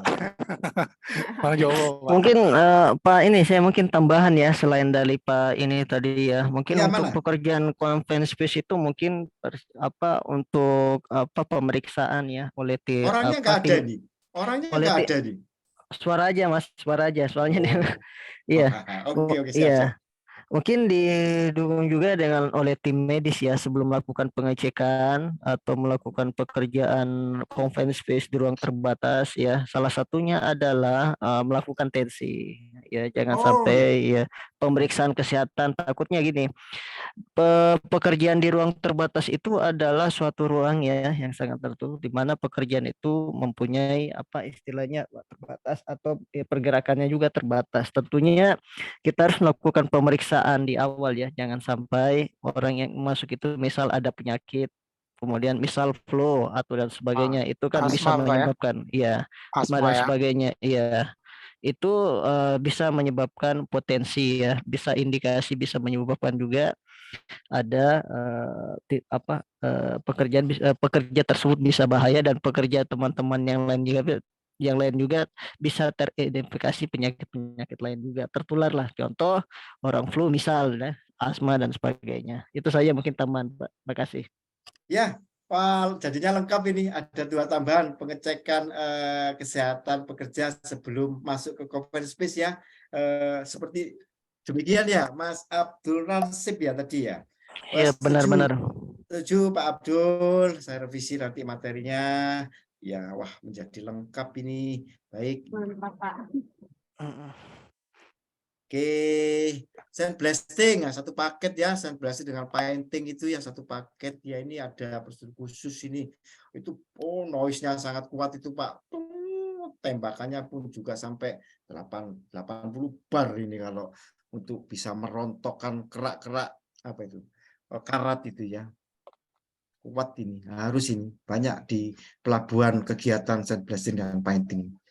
Harus melalui prosedur kerja, pelatihan kerja standar, aman, supervisi, CSA juga belum bekerja saja 2 hari untuk memastikan ini aman. Manual handling, nah bongkar muat secara manual handling harus. Nah, Anda berdekatan dengan potensi bahaya tercebur harus Pak. Harus pastikan ya sistem nanti ya bisa Anda kembangkan sesuai dengan ruang lingkup yang ada di perusahaan Anda masing-masing. Mengapa? Ini sudah penghujung ini Ibu Lina. Iya, nanti kita banyak diskusi aja lah seperti apa manajemen K3 pelabuhan yang simple, mewakili sistem manajemen dan tetap fokus di pencegahan kecelakaan dan pencemaran lingkungan. Nanti mengapa kita perlu K3?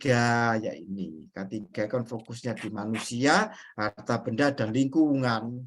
Iya, kita tidak ingin Pak terjadi kecelakaan Pak. Semua orang Pak tidak mau.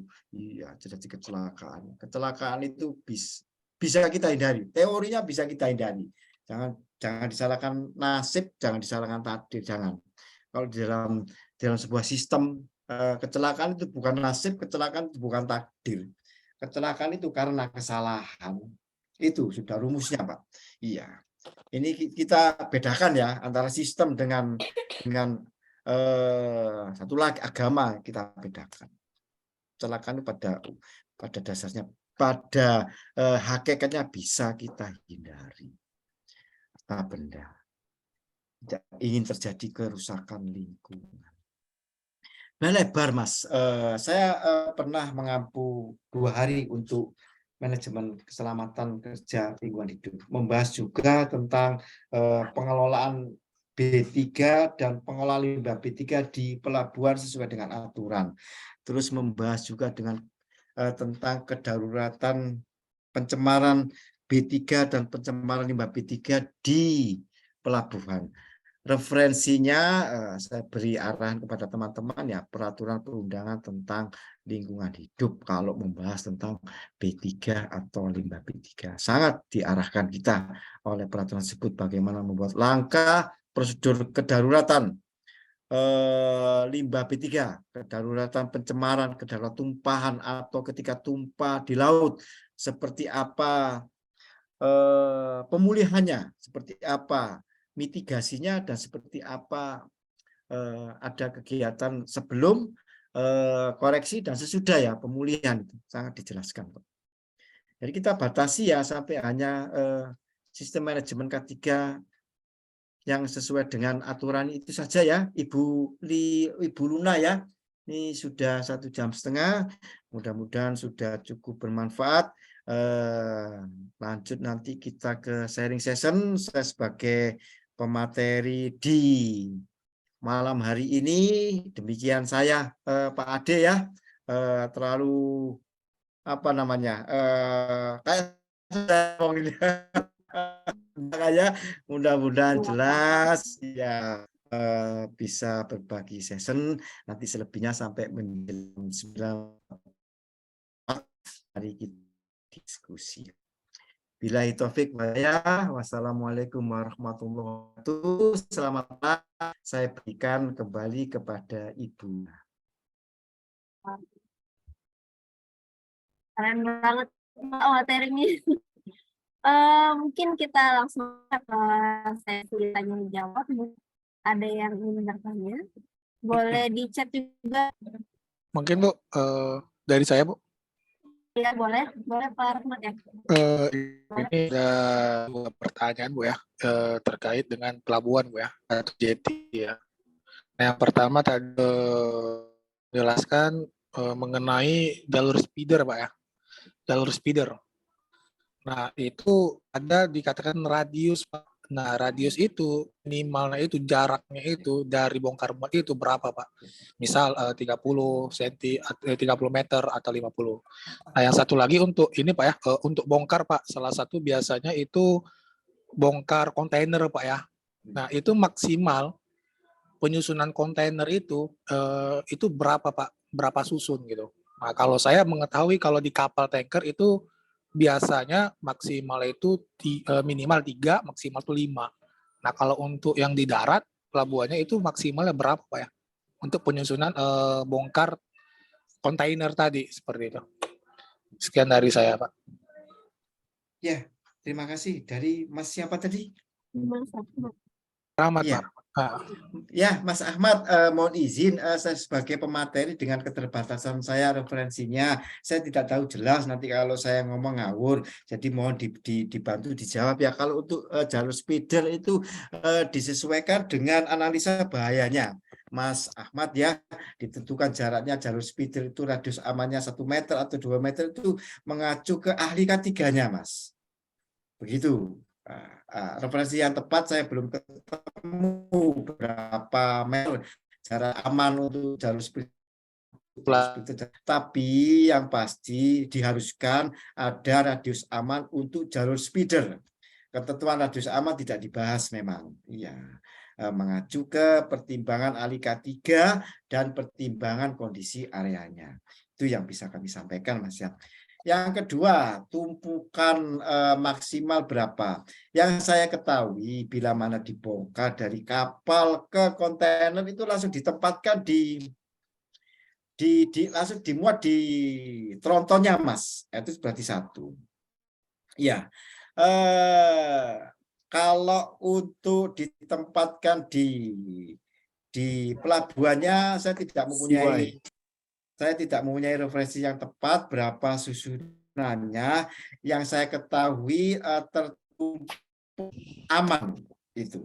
Paham, Mas ya? Tertutup aman. At least kalau saya sebagai orang K3 ya 2 saja cukup atau tidak ditumpuk.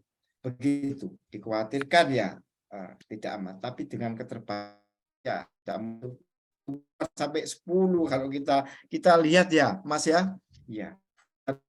Jadi mungkin Pak Ade Udayana atau semua ada teman bisa membantu memberikan referensi yang tepat berapa tumpukan maksimal. Itu Pak Ahmad. Siap Pak. Terima kasih Pak. Ya. Baik, terima kasih Pak Rahmat. Ada lagi yang mau bertanya? Saya mungkin dari kembali lagi ya mengenai apa mungkin sedikit tambahan di materi ini. Iya. Untuk apa tadi kalau tidak salah untuk prosedur keselamatan operator pengemudi ya. Iya. Ya. Mungkin di sini sedikit masukan. Ada di poin kedua dilarang mengkonsumsi waktu terlarang atau minuman selama berada di lokasi kerja. Barangkali juga bukan hanya obat-obatan terlarang, mungkin juga di sini juga mungkin apabila memang mengkonsumsi obat-obatan dalam artian yang bisa menyebabkan kantuk, ya mungkin juga bisa dimasukkan di ya. Kemudian kemudian juga penggunaan handphone pada saat berkendara itu kan sesuai dengan kalau tidak salah ya mengenai peraturan lalu lintas ya, penggunaan handphone pada saat driver atau operator melakukan atau sedang melakukan aktivitas mengemudi ataupun melakukan aktivitas peralatan lainnya. Itu mungkin masukan dari saya. Kemudian ada juga beberapa yang mungkin juga menjadi tambahan mengenai peralatan mungkin pada saat pengangkatannya atau pada saat forklift ataupun kendaraan lain itu mungkin juga bisa dimasukkan di situ adalah blind spot atau titik buta ya. Ya, blind spot titik buta. Kemudian juga pada saat forklift mungkin bisa forklift ataupun alat angkut lainnya mungkin bisa ditambahkan juga untuk spotter ya. Iya, spotter ataupun karena terus terang di proyek kami ada beberapa pengalaman kemarin. Kayak kan sekarang posisinya di Morowali, proyek AIM PT Merdeka Mining Service itu ada beberapa kecelakaan di sana itu karena pertama ya ada satu blind spot, kemudian tidak adanya komunikasi positif antara operator ataupun pengendara yang lain. Kemudian juga tidak adanya spotter. Itu mungkin bisa dijadikan tambahan referensi berdasarkan pengalaman kemarin yang kita yang ada di lapangan. Kemudian pengecekan juga di lapangan itu mungkin untuk alat-alat berat ataupun alat angkat mengangkat itu mungkin bisa juga pengecekan itu secara berkala ya, misal dilakukan pengecekan dengan tagging ya, dengan tagging ataupun alat-alat listrik juga dengan tagging untuk bahwa alat itu layak untuk digunakan. Ya, apakah dengan kode kolo atau tagging dengan warna dan sebagainya itu nanti disesuaikan dengan sistem berlaku di perusahaan masing-masing. Itu mungkin sedikit tambahan dari saya Pak. Sekian. Assalamualaikum warahmatullahi wabarakatuh. Waalaikumsalam warahmatullahi wabarakatuh. Terima kasih Pak Abdul berbagi referensi. Ini pun juga saya catat blind spot, terus ada tagging ya, itu memang penting ya, bisa membedakan bahwa bisa kita bisa melihat alat-alat itu layak karena sudah terinspeksi ya, seperti itu ya Pak Abdul. Ya, Setuju Pak Abdul? betul. Oke, Pak Nuwun. Ya, ya. Terima kasih Pak Abdul. Ini Ya, Baik, terima ada kasih lagi. Pak Abdul. selamat siang, Pak. Ya, boleh Pak Novel. Ya, kebetulan saya di Terminal Operasi 2 Tanjung Priok. Masalah penumpukan tir untuk di setiap area pelabuhan itu maksimal 6 tir, artinya 6 tumpukan. Tumpukan. Ya. Jadi emang ya di situ emang sudah kan kontainer itu ada 20 feet dan 40 feet. Memang perlu ditumpuk karena dengan kapasitas lapangan penumpukan ataupun CY kontainer yard tersebut itu minimal 6 tir tersebut. Kalau untuk yang spreader, sebenarnya alat yang lain bukan forklift, ada yang namanya restacker dan ada yang namanya QCC ataupun STS dan RMDC. Namanya saya lupa tuh nama panjangnya. Itu kalau yang STS itu untuk lapangan.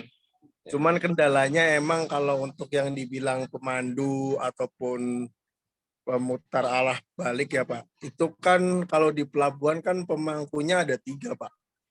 Itu ada otoritas pelabuhan, ada Pelindo sendiri, pengelola pelabuhan. Pelindo sendiri punya beberapa anak perusahaan kayak PTP, terus TPK yang mengelola di area tersebut ya. Kami sebagai perusahaan bongkar muat ataupun vendor ketiga dari mereka yang melakukan bongkar muat di kapal ke lapangan penumpukan ataupun langsung ke konten tracking, yaitu tetap bersosialisasi dengan mereka. Terkadang untuk lokasi yang saya temuin sekarang pun di TO2 ya jalanan berlubang, genangan air dan sebagainya, masih perlu banyak perbaikan lagi lah. Masalah ini jalur pendestrian pun tidak ada sama sekali.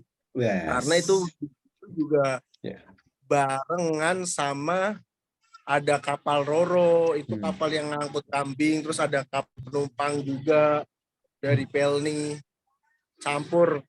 Kalau udah lalin macet ataupun traffic pada saat rame, delivery tracking juga ada di situ. Udah lumayan sih itu problemnya, belum ada traffic man-nya. Traffic memang belum masuk. Tadi ada juga kan ISPK code itu yang menjalankan di Syah Bandar juga ada. Ya. Sedikit Mas, mau bertanya dengan Pak siapa? Naufal Nur Mahdi Naufal ya. ya Pak. Mas. Naufal Nur Mahdi ya. Mohon maaf kalau udah sedikit salah pengucapannya. Nah, ini kan biasanya di kapal ya pada saat bongkar muat, apakah itu batu bara ataupun mungkin material yang lain. Nah, ini yang saya mau tanyakan adalah fungsi dari master loading. Biasa enggak dengar yang namanya master loading? Master Loading loading. berarti. Iya. Ya Pak ya. Iya, master loading. Itu yang saya mau tanyakan sebenarnya, kan di sini tadi ada sabandar, ada mungkin dari pihak Bapak sendiri, ada pemandu. Nah, biasanya juga di situ ada peran master loading. Nah, itu yang saya mau tanyakan. Sebenarnya fungsi dan tugasnya dia itu sebagai apa, kemudian titik utamanya dia sebagai apa. Nah, itu saja pertanyaan. Maksudnya ini selama ini yang menjadi mengganjal di kepala untuk pekerjaan pelabuhan. Nah, seperti itu. Sebelumnya malah belum pernah dengar. Kalau untuk mungkin saya lagi weweng deh. Ini kita diskusi Mas, sharing, bukan pernah, ini kita sharing aja. Master loading saya sih belum pernah dengar ya Pak. Jadi di situ biasanya untuk kebetulan kami kapal lokal, melayani kapal lokal peti kemas, bukan kapal curah ya Pak. Oh ya, baik. Ocean going yang ada di JCC ataupun NPCT1. Kami di kapal lokal itu pengangkutan kontainer lokal. Nah, untuk biasanya adanya cuman yang saya dengar itu cuman planner. Planner tuh biasanya dari orang TPK, orang induk organik Pelindonya. yang biasanya penumpukan area kontainer di kapal itu kan ada kapal barang kan ada bay sama bagian lautnya, penumpukannya pun harus seimbang karena biasanya beda tujuan. Kalau untuk Syah Bandar itu memonitor area kapal, biasanya hubungannya langsung ke kapalnya, orang kapal, kapten. Oh, baik baik Mas. Oke. Jadi kalau itu kayaknya kayak bosman ya, kayak master loading. Iya. Saya biasanya kemarin itu waktu masih kerja di area KPC, kemudian area tambang itu sering dengar itu namanya master loading itu. Makanya Nah, kebetulan dengan materi ini ya mungkin kita sudah bisa sharing-sharing mengenai apa sih tugas dari master loading. Dia Mas seperti apa? berbahasa master loading dari mana Pak? Dari tambang? Dari tambang. Kayaknya sih Karena kan ini beda deh Pak. ya Kalau ini bahasanya beda, pelabuhannya mungkin itu untuk kayak pelabuhan batu bara ya Pak. Kalau ini kan lebih ke logistik, supply chain oh ya. antara kapal peti kemas itu sih Pak. Eh, Oh ya. Perbedaannya manufaktur Pak ya, manufaktur sama ini ya, urusan tambang gitu. Sepertinya lebih masalah penamaan itu karena ditambang ya Pak. Saya juga belum nih kebetulan. Kalau untuk ke tambang saya belum nyampe ke area offshore-nya, saya belum pernah. Izin menambahkan yang master loading. Ya, boleh. Oke. Mungkin nanti akan saya tanyakan Pak ke pimpinan saya ataupun ke bagian operasional, master loading ada atau enggak. Soalnya saya belum pernah dengar, saya biasanya dengarnya bosman. Bosman itu orang yang kapal kan banyak ya Pak, ada Santo, ada CMA, CGM, terus ada Spill juga ada kapalnya. Itu biasanya bagian planner kapal. Ataupun namanya OA lapangan, OA kapal. Jadi ada inspektor kapal juga ada. Kalau master loading saya belum pernah dengar. Oh, siap Pak, siap. Izin Baik. menambahkan Pak yang masalah master loading. Ya. Monggo Pak, monggo silakan Pak Muhammad. Oke Pak, jadi kalau yang dimaksud tadi master loading di pelabuhan batubara ya, kebetulan saya ada di perusahaan batubara ini saat ini. Jadi master loading itu ada 2 tempat ya, ada yang di jetty di pelabuhan, kemudian ada juga di offshore yang di bongkar muat di offshore. Jadi sebenarnya kalau fungsi master loading itu lebih kepada bertanggung jawab masalah proses pemuatan ya batu bara, yang salah satunya adalah misalnya mengatur muatan, berapa kapasitas kapal itu, berapa yang diperlukan, yang diminta oleh yang pemilik kapal, supaya kapal itu tetap stabil. Kemudian dia juga bertanggung jawab untuk mengatur tongkang mana atau kapal mana yang akan disandarkan, kemudian mana yang akan dimuat, dan muatannya yang seperti apa dan sebagainya. Jadi lebih kepada itu sih kalau master loading, jadi dia bertanggung jawab untuk proses pemuatan ya, baik masalah pengaturan sandar dan keluarnya maupun pengaturan masalah di loadingnya, di muatannya gitu. Kalau yang di batubara ya, tapi kalau di bidang lain ya saya kurang kopi juga, karena saya kebetulan di batubara. Beda, kayak sepertinya sih beda bahasa aja sih ya Pak. Yang Ya, batubara master loading, yang kayak peti kemas logistik itu by plan sih. Ya.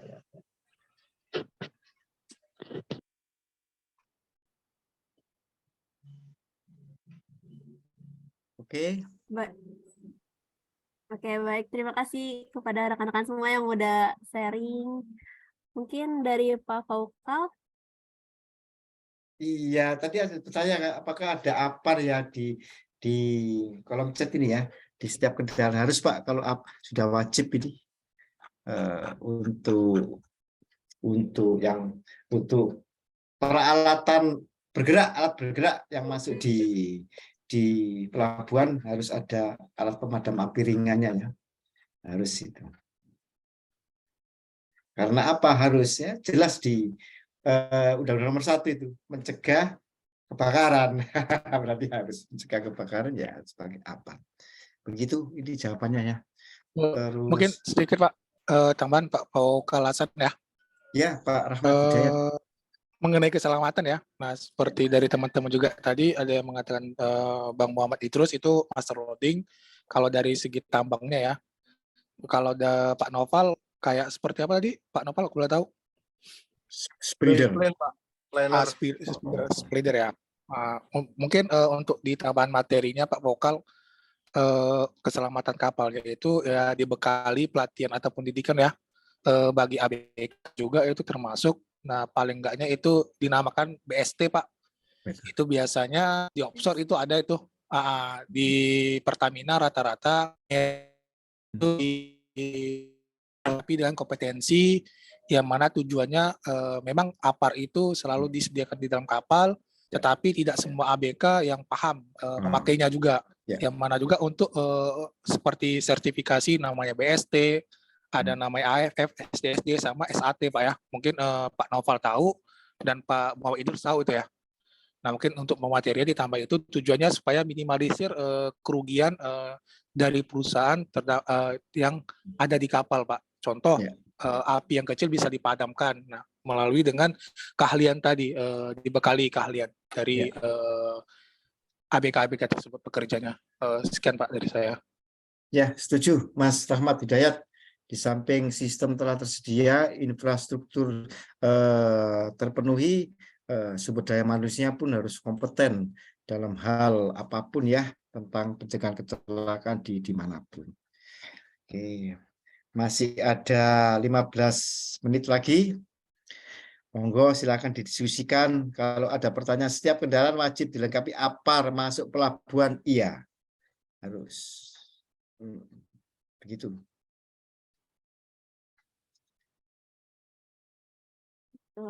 Mungkin ada yang mau ditanyakan lagi untuk rekan-rekan semua? Atau mau di-sharing lagi nggak apa-apa? Masih ada 14 menit lagi Pak ya?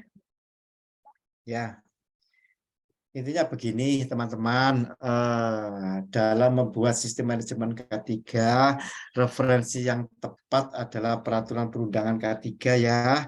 Kalau untuk referensi tambahan boleh, lebih-lebih referensi pengalaman ya, atau referensi langsung di tempat kerja aktual itu pun juga bagus. Jadi tentang pencegahan kebakaran di pelabuhan peti kemas beda dengan apakah beda dengan pencegahan kebakaran di pelabuhan batubara? Sama, sistemnya sama. Tentang keorganisasiannya pun juga sama, harus ada fire commander, orangnya pun juga harus kompeten, sama. Tentang infrastrukturnya yang harus disediakan pun juga sama. Jadi intinya sama Bapak-Bapak, rujukannya untuk membuat sistem manajemen K3 apapun, karena apa, tempat kerja ya rujukannya di peraturan perundangan K3. Begitu yang bisa kami rangkum ya. Oleh sebab itu saya tidak lebih spesifik membahas tentang ISP code, membahas tentang di dalam kapal itu ada kamar mesin, terus bagaimana cara mencegah kebakaran di kamar mesin, tidak. Tapi kan sudah saya highlight potensi high risk di pelabuhan ya, meliputi tadi ya pejalan kaki, terus alat bergerak, terus rute, terus apalagi itu housekeeping, itu sebagai faktor penyebab terjadinya kecelakaan yang menjadi isu. Terus sebenarnya ada dua lagi ya yang bisa nanti diagendakan di kemudian hari ya. Manajemen B3 dan pengelola limbah B3 di pelabuhan, seperti apa Anda mengidentifikasi timbulan limbah B3 di pelabuhan, bagaimana caranya menempatkan, bagaimana caranya mengelola, itu panjang itu, dan itu menarik untuk dibahas, itu menjadi bagian ruang lingkup sistem manajemen K3 lingkungan pelabuhan. Begitu ya para peserta ya. cukup atau dilanjut lagi? Cukup saya kira. Ini kalau dilanjut nih orang-orang K3 semua. Tapi sayang ini nggak dihidupkan semua ya. Iya, saya sebagai pengampu Pak, kalau pemateri pesertanya nggak menghidupkan, nggak saya luluskan. Just kidding ya, just kidding. Iya, teman-teman, Pak Ayatullah, Pak Ade Hidayah, ya sebagai senior nampaknya ya, Pak Naufal yang ada di berpengalaman di pelabuhan, Pak siapa itu yang di Morowali ya. Pak Abdul ya, salam hormat, salam kenal, tos selalu orang K3 harus strong. Begitu dari kami, sekian dulu ya Ibu Lina ya. Oke, Ya. baik Pak, siap. Sukses selalu. Salam K3, salam kompeten, salam zero accident ya. Oke, siap Pak. Assalamualaikum. Baik, terima kasih kepada Pak Naufal yang telah memberi materi yang super menarik pada malam hari ini, dan terima kasih juga kepada rekan-rekan yang udah sharingnya tadi. Insya Allah bermanfaat di webinar malam ini. Amin. Mungkin ada sepatah dua kata Pak untuk kami sebagai praktisi HSE. Begini teman-teman, intinya orang K3 harus strong ya, strong dalam sistem, juga strong dalam actual di lapangan. Jadi berbekal sistem Pak, Anda semua saya ini dilindungi undang-undang. Iya, jangan patah arang ya. Tapi ya harus jaim lah ya, harus jaim, harus menjaga apa namanya. Jadi apa yang kita sampaikan kepada teman-teman itu mereka mau menerima. Jadi seperti itu ya. Dan kata kunci lagi, sering turun ke lapangan, orang K3 laporan itu seminggu sekali cukup lah, sering turun ke lapangan orang K3 itu. Bisa foto-foto yang banyak, identifikasi bahaya yang banyak itu, wah asik itu. HP kita itu foto-foto yang banyak, kita bisa merangkai sebuah materi ya. Kata kuncinya materi adalah peraturan perundangan K3. Tinggal Anda nanti menyesuaikan dengan ruang lingkup perusahaan masing-masing. Nah, ngomong lagi nanti, panjang lagi nanti Bu Lina. Sudah itu saja pesan saya ya. Oke, baik. Oke, baik. Jadi orang safety itu harus strong Pak ya. Iya, harus strong. Oke, baik. Terima kasih teman-teman semua yang telah mengikuti webinar pada malam ini. Saya Marlina Atmasela, pamit undur diri. Sampai foto jumpa di bersama webinar. belum nih? Foto bersama iya. belum? Oke. Untuk teman-teman yang masih di sini, boleh dihidupkan kameranya nggak? Kita foto bersama dulu biar ada kenang-kenangan ini Pak ya. Nanti masuk di Instagram Standar ID. Oh, Pak Dedi lagi pakai helm ya Pak. Lagi di luar Pak. Pak Dendi. Oke, ini ada 2 slide ya. 1, 2, 3. Oke, di slide berikutnya. 1, 2, 3. Oke, baik. Terima kasih rekan-rekan semua. Selamat malam. Terima kasih Pak Faukal. Oke, sukses ya. Ya, Masya sukses Allah. semua. Terima kasih Pak Faukal. Ya, Terima undur kasih. diri ya. Ya.